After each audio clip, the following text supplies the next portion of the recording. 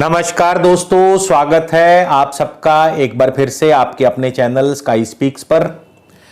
तो आज हम तुला लगन के जातकों की बात करेंगे कि तुला लगन के जातकों के लिए दिसंबर का महीना कैसा रहेगा आपका स्वास्थ्य, आपकी सेहत, आपकी आर्थिक स्थिति के बारे में, आपके कारोबार, आमदनी, खर्च, बचत, आपका भाग्य, संतान पक्ष, इन सभी विषयों पर बारी बारी से चर्चा करेंगे। आगे बढ़ने से पहले आपको बता दूं कि ये जो गोचर फल है लगन राशि पर आधारित है और यदि आपको अपनी दशा अंतरदशा का भी ज्ञान है तो फिर और भी अच्छी बात है, क्योंकि आपको इस गोचर फल का जो विश्लेषण है, जो फल है, वो और भी अधिक निकट और सटीक महसूस होगा। इसके अलावा यदि आप मुझसे निजी ज्योतिषीय परामर्श लेना चाहते हैं तो स्क्रीन पर मेरा व्हाट्सएप नंबर दिया है। डायरेक्ट कॉल करने से पहले व्हाट्सएप के जरिए मैसेज भेजिए। मैसेज में लिखिए कि आप परामर्श लेना चाहते हैं। परामर्श शुल्क की जानकारी लीजिए, क्योंकि निजी परामर्श पर शुल्क लागू रहेंगे। तो यदि आपको उचित लगे तो अपना अपॉइंटमेंट बुक करवाएं। इसके अलावा मेरी वेबसाइट है skyspeaks.in। आप मेरी वेबसाइट के जरिए भी मुझसे संपर्क कर सकते हैं। जानते हैं सबसे पहले तुला लगन की ग्रह चाल के बारे में। शुक्र जो है वो अपनी स्वराशि में है, लगन में है। 11 दिसंबर को शुक्र वृश्चिक राशि में प्रवेश कर जाएंगे। केतु वहां पे पहले से विराजमान है। सूर्य 15 दिसंबर तक वृश्चिक राशि धन भाव में होंगे। 15 दिसंबर को सूर्य तृतीय स्थान धनु राशि में संचार करेंगे। बुध भी 17 दिसंबर तक वृश्चिक में और 17 दिसंबर को बुध जो है धनु राशि में प्रवेश कर जाएंगे। बृहस्पति और शनि अभी दोनों मकर राशि में चलेंगे। मंगल मीन में है, 24 दिसंबर को मंगल मेष में होंगे। राहु वृषभ में है और चंद्रमा जो है दशमेश है। सबसे पहले हम बात करेंगे आपकी सेहत के बारे में, स्वास्थ्य के बारे में। लगन स्वामी है शुक्र, तुला लगन के स्वामी शुक्र हैं और शुक्र जो है 13 दिसंबर तक बृहस्पति के नक्षत्र में होंगे। बृहस्पति जो कि चतुर्थ भाव में चल रहे हैं, तृतीय और छठे भाव के भी स्वामी हैं। तो सेहत कोई हल्की छोटी मोटी दिक्कत परेशानी के अलावा कोई भी मेजर इशू नहीं है, यानी सेहत बढ़िया रहेगी। इसके अलावा पढ़ाई में जिनको भी शुक्र की दशा अंतरदशा है, अब यहां से दशा अंतरदशा का ध्यान जरूर रखिएगा। तो जिनको भी इस समय वर्तमान में शुक्र की दशा अंतरदशा है तो पढ़ाई में आपका खूब मन लगेगा। नया वाहन खरीदने के योग बन सकते हैं, नई प्रॉपर्टी खरीदने के योग बन सकते हैं। यात्रा आदि पर भी जा सकते हैं, छोटी मोटी यात्रा के योग बनते हैं। नौकरी में भी आपको तरक्की होगी, बॉस प्रसन्न रहेंगे, नौकरी में आपका दबदबा कायम रहेगा, समय पर कार्य संपन्न होंगे, अच्छा धन लाभ, अच्छी इंक्रीमेंट, अच्छा कमीशन बनेगा। 13 दिसंबर को शुक्र जो है वो शनि के नक्षत्र में प्रवेश कर जाएंगे। शनि भी चतुर्थ भाव के स्वामी है, चतुर्थ भाव में बैठे हैं। तो जाहिर है प्रॉपर्टी में आपको प्रॉपर्टी का योग बन सकता है, मकान का योग बन सकता है, नया घर खरीदने का योग बन सकता है। संतान पक्ष की तरफ से कोई ना कोई चिंता परेशानी अवश्य लगी रहेगी। 24 दिसंबर को बुध के नक्षत्र में होंगे शुक्र और बुध के नक्षत्र में 24 दिसंबर को पहुंचते ही शुक्र जो है आपको सैर सपाटे पर ले जा सकते हैं। स्थान परिवर्तन का योग बन सकता है, दूरस्थ यात्रा का योग बन सकता है, यहां तक कि विदेश यात्रा पर भी आप जा सकते हैं। चाहे वो यात्रा कारोबार संबंधी हो, चाहे वो यात्रा परिवार के साथ हो, लेकिन कहीं ना कहीं स्थान परिवर्तन व यात्रा के योग अवश्य बनेंगे जिनको भी शुक्र की दशा अंतरदशा वर्तमान में चल रही है। यदि आप इंपोर्ट एक्सपोर्ट के कारोबार से जुड़े हैं, विदेशी व्यापार से जुड़े हैं, तो भी आपको अच्छा लाभ होगा। तो विदेशों से आपके संबंध मजबूत होंगे, विदेशों से आपको धन आएगा, विदेशों से आपको और व्यापार मिलेगा। इसके बाद हम बात करेंगे आपकी आर्थिक स्थिति के बारे में, जिसके लिए धन और लाभ स्थान के स्वामी हम दोनों को ही चेक करेंगे। धनेश है मंगल। मंगल मीन राशि में है, छठे भाव में है, और 24 दिसंबर को मंगल जो है मेष राशि में प्रवेश कर जाएंगे।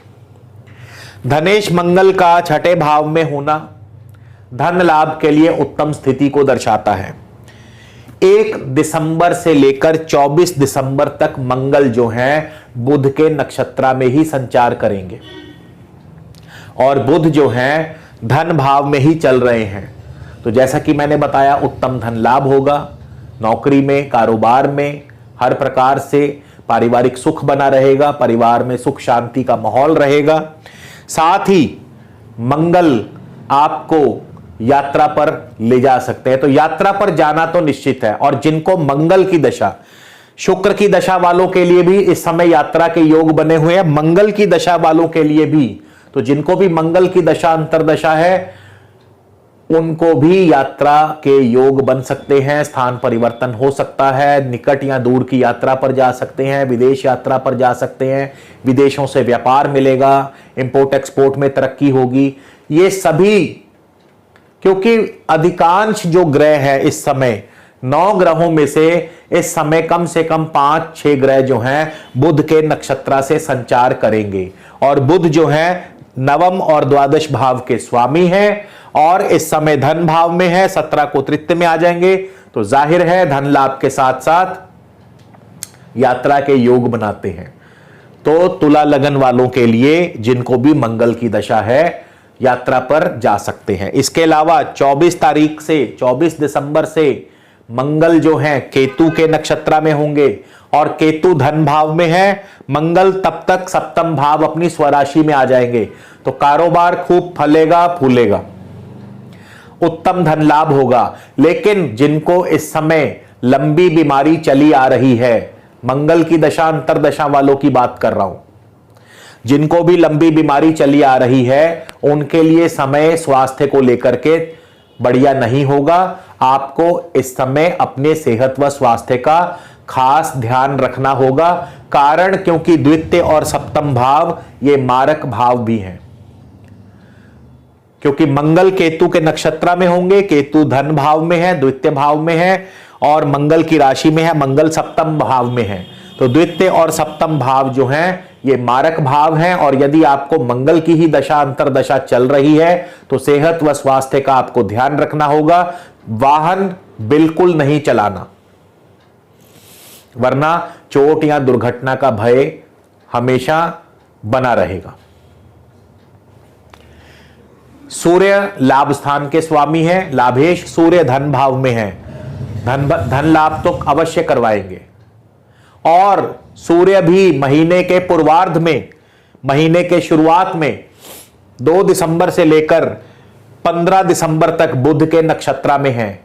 तो जाहिर है बुध जो है धन लाभ के साथ साथ एक बार फिर जिनको सूर्य की दशा अंतर्दशा है, विदेशों से व्यापार मिलेगा, यात्रा होगी, स्थान परिवर्तन हो सकता है, निकट या दूर की यात्रा पर जा सकते हैं, सैर सपाटे पर जा सकते हैं, विदेश यात्रा पर जा सकते हैं। तो यात्रा तो इस बार तय है, या यात्रा या स्थान परिवर्तन या विदेशों से व्यापार तय है। 15 दिसंबर को सूर्य केतु के नक्षत्र में होंगे। केतु जो है 15 दिसंबर को केतु के नक्षत्र में, केतु धन भाव में है, और अभी 24 तक मंगल भी छठे भाव में रहेंगे। तो जाहिर है धन लाभ के लिए सितारा बहुत बढ़िया रहेगा जिनको सूर्य की दशा अंतर्दशा है। साथ ही नौकरी में तरक्की होगी, नौकरी में आपके बॉस आपसे प्रसन्न रहेंगे, समय पर कार्य संपन्न होंगे। लेकिन सेहत का ध्यान रखिए। छठा भाव जो है ये रोग भाव भी है, रोग भी दे सकते हैं मंगल, ऋण भी चढ़ाएंगे। नौकरी में तरक्की होगी, इंक्रीमेंट होगी, कमीशन बनेगा, प्रतिस्पर्धाओं में जीत हासिल होगी, शत्रु आपसे दबे रहेंगे। सूर्य 28 को शुक्र के नक्षत्र में होंगे, शुक्र जो कि उस समय तक द्वितीय भाव में आ चुके होंगे। शुक्र लगन और अष्टम भाव के स्वामी है। 1, 2 और 8 ये तीनों मिलकर के धन लाभ तो करवाएंगे ही, लेकिन अष्टम और द्वितीय का जुड़ना सेहत को हानि करता है, नुकसान करता है। कई बार धन लाभ के साथ साथ धन हानि भी हो सकती है। धन लाभ के साथ साथ धन हानि भी करवा सकता है, यानी एक तरफ से धन आएगा, दूसरी तरफ से धन चला जाएगा। इसके अलावा चोट का भय। तो जिनको सूर्य की दशा चल रही है 28 दिसंबर के बाद उनको खास ध्यान रखना होगा। आगे बढ़ते हैं और अभी हम बुध के बारे में फिर बात करेंगे। भाग्य स्थान पर जब पहुंचेंगे हम बात करेंगे आपकी शिक्षा के बारे में। तो चतुर्थ भाव के स्वामी है शनि, और शनि देखिए बहुत से लोगों का मतभेद होगा कि शिक्षा तो पंचम भाव से देखी जाती है, लेकिन मैं आपको बता दूं कि शिक्षा हमेशा चौथे भाव से देखनी चाहिए। पंचम भाव ज्ञान का है। तो चौथे भाव के स्वामी शनि है। शनि पहले 10 दिन यानी 10 दिसंबर तक अपने ही उपनक्षत्रा में होंगे। शनि चतुर्थ भाव में ही संचार कर रहे हैं, तो जाहिर है जिनको भी इस समय शनि की दशा अंतर्दशा चल रही है, शनि आपको घर दिला सकते हैं, मकान दिला सकते हैं, जमीन जायदाद दिला सकते हैं, लेकिन शनिदेव संतान पक्ष की तरफ से चिंता परेशानी पैदा कर सकते हैं। पढ़ाई में मन जरूर लगेगा, पढ़ाई में आपका ध्यान जो है लगेगा। 10 दिसंबर को शनिदेव बुध के नक्षत्रा में होंगे, उपनक्षत्रा में बुध के,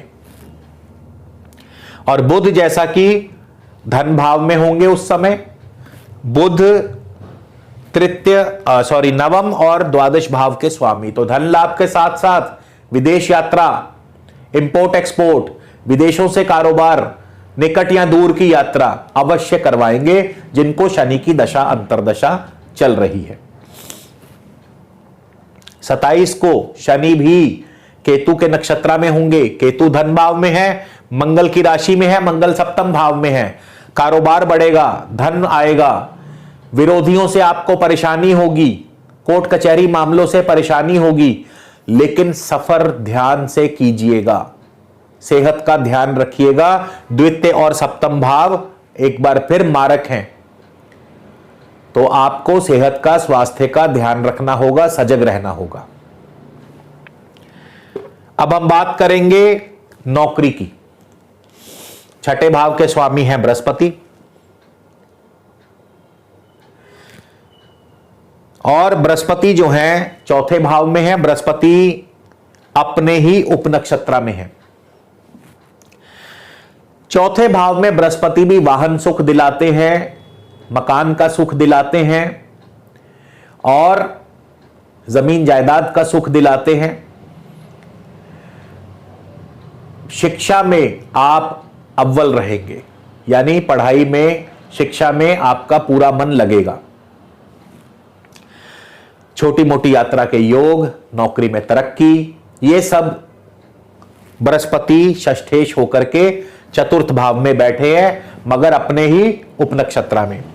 6 दिसंबर को बृहस्पति शनि के नक्षत्रा में होंगे। शनि भी चौथे भाव में है, चौथे भाव के स्वामी है। भूमि, भवन, वाहन, कृषि, शिक्षा, इन सब क्षेत्रों से लाभ होगा, तरक्की होगी। 16 को बृहस्पति भी बुध के उपनक्षत्रा में प्रवेश कर जाएंगे, तो जिनको भी बृहस्पति की दशा अंतर्दशा है, स्थान परिवर्तन हो सकता है, आप यात्रा पर जा सकते हैं, विदेश यात्रा हो सकती है, या अपने स्वदेश में यात्रा हो सकती है। यदि आप इंपोर्ट एक्सपोर्ट में हैं, ट्रैवल एंड टूरिज्म में हैं, तो आपको अच्छा लाभ होगा, नए ऑर्डर मिल सकते हैं, नया व्यापार आपके लिए खुलेगा, नए व्यापार के मार्ग आपके लिए खुलेंगे, नया निवेश हो सकता है, खर्च बढ़ेंगे। 25 दिसंबर को बृहस्पति केतु के उपनक्षत्रा में चले जाएंगे। केतु धन भाव में है, मंगल की राशि में है, मंगल सप्तम भाव में है, तो यहां पर आपको चोट आदि का भय बना रह सकता है। धन लाभ होगा, कारोबार बढ़ेगा, विरोधी परेशान कर सकते हैं, वैवाहिक सुख के योग बन सकते हैं, मांगलिक कार्य संपन्न होंगे, लेकिन सेहत का ध्यान रखना होगा, चोट आदि का भय भी बना रहेगा। 28 को बृहस्पति शुक्र के उपनक्षत्र में होंगे। एक बार फिर शुक्र उस समय धन भाव में होंगे, उत्तम धन लाभ होगा, परिवार में वृद्धि होगी, मांगलिक कार्य होंगे। लेकिन शुक्र अष्टमेश भी है, तो एक तरफ से धन आएगा, दूसरी तरफ से धन जाने की संभावना भी बनी रहेगी। तो पैसे का लेन देन सावधानी से करें, निवेश सोच समझ कर करें। मान सम्मान की प्राप्ति भी होगी। आपके पारिवारिक जीवन की बात करें तो सप्तमेश मंगल जो हैं वो अपने से छठे भाव में है 24 दिसंबर तक, और बुध के नक्षत्र में होंगे। बुध जो है द्वादशेश भी है। तो 24 दिसंबर तक जिनको भी मंगल की दशा अंतरदशा है, 24 दिसंबर तक पार्टनर के साथ थोड़ी सी अनबन हो सकती है, मनमुटाव हो सकता है, आपस में झगड़ा हो सकता है, लेकिन कारोबारी स्थिति बढ़िया रहेगी, नौकरी में आपकी स्थिति बढ़िया रहेगी। छिटपुट सहकर्मियों के साथ छिटपुट वाद विवाद हो सकता है, लेकिन फिर भी आपका दबदबा कायम रहेगा। बॉस आपसे प्रसन्न रहेंगे, कार्य समय पर संपन्न होंगे, यात्रा आदि के योग भी बनेंगे। जिनको मंगल की दशा है यात्रा योग बनेंगे, स्थान परिवर्तन के योग बनेंगे। 24 को मंगल केतु के नक्षत्र में होंगे, तो आपको यहां पे सजग रहना होगा, सतर्क रहना होगा। धन आएगा, धन लाभ होगा, मांगलिक कार्य संपन्न होंगे, वैवाहिक कार्य संपन्न होंगे, क्योंकि मंगल द्वितीय और सप्तम को प्रदर्शित करेंगे। द्वितीय भाव कुटुंब का, सप्तम भाव विवाह का, वैवाहिक कार्य संपन्न हो सकते हैं। लंबे समय से चले आ रहा विवाह कार्य आपका संपन्न हो सकता है, लेकिन वाहन संभल कर चलाइए। राहु अष्टम भाव में है, तो जिनको भी राहु या केतु की दशा अंतरदशा है, क्योंकि इस बार राहु और केतु एक साथ ही एक ही नक्षत्रों में प्रवेश करेंगे, तो पहला हफ्ता राहु और केतु दोनों बृहस्पति के उपनक्षत्र में होंगे। बृहस्पति चौथे भाव में है, और साथ ही बृहस्पति तृतीय और छठे भाव के स्वामी हैं। तो चौथे भाव में बृहस्पति परिवार में सुखद माहौल पैदा करते हैं, वाहन योग दिलाते हैं, पढ़ाई में मन लगेगा, प्रॉपर्टी जायदाद बन सकती है। तृतीय भाव के स्वामी होने के नाते स्थान परिवर्तन करवा सकते हैं, छोटी मोटी यात्रा पर जाया जा सकता है।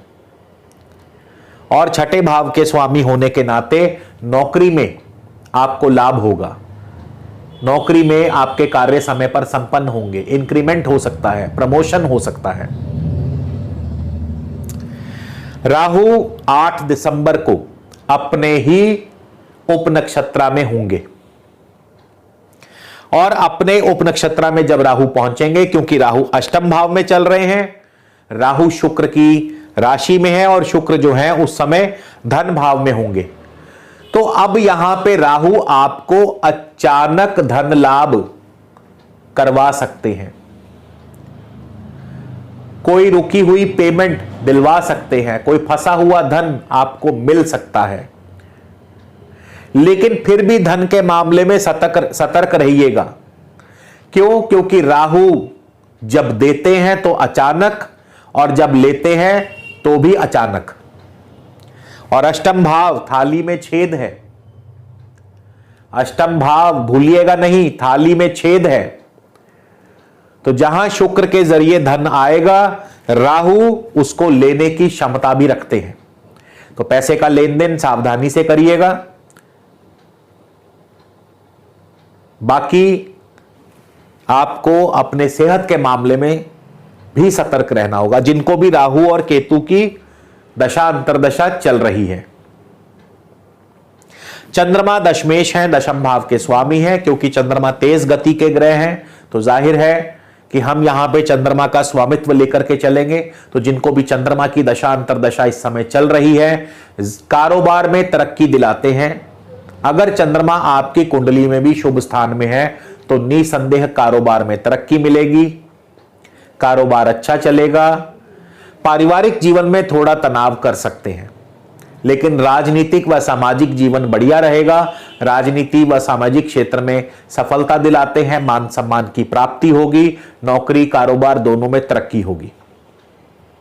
अब हम बात करते हैं कि तुला लगन के जातकों के लिए सबसे उत्तम उपाय क्या करना चाहिए, कौन सा उपाय करना चाहिए जिससे कि आपको शुभ फल की प्राप्ति हो और अशुभ फलों की कटौती हो। तो क्योंकि इस बार यात्रा के योग बने हुए हैं और कहीं कहीं मारक भाव के स्वामी की दशा है, तो जिनको भी इस समय मार्केश की दशा है, मंगल की दशांतर दशा है, उनके लिए बता रहा हूं, एक तो आप अपनी दाएं हाथ की इंडेक्स फिंगर में चांदी में ओपल जरूर पहन लें, 6 से 7 रत्ती का। दूसरा, मंगल जी की, हनुमान जी की पूजा अर्चना रोजाना करनी शुरू करें, या कम से कम प्रत्येक मंगलवार को हनुमान जी को मीठे का भोग लगाएं, कुछ भी।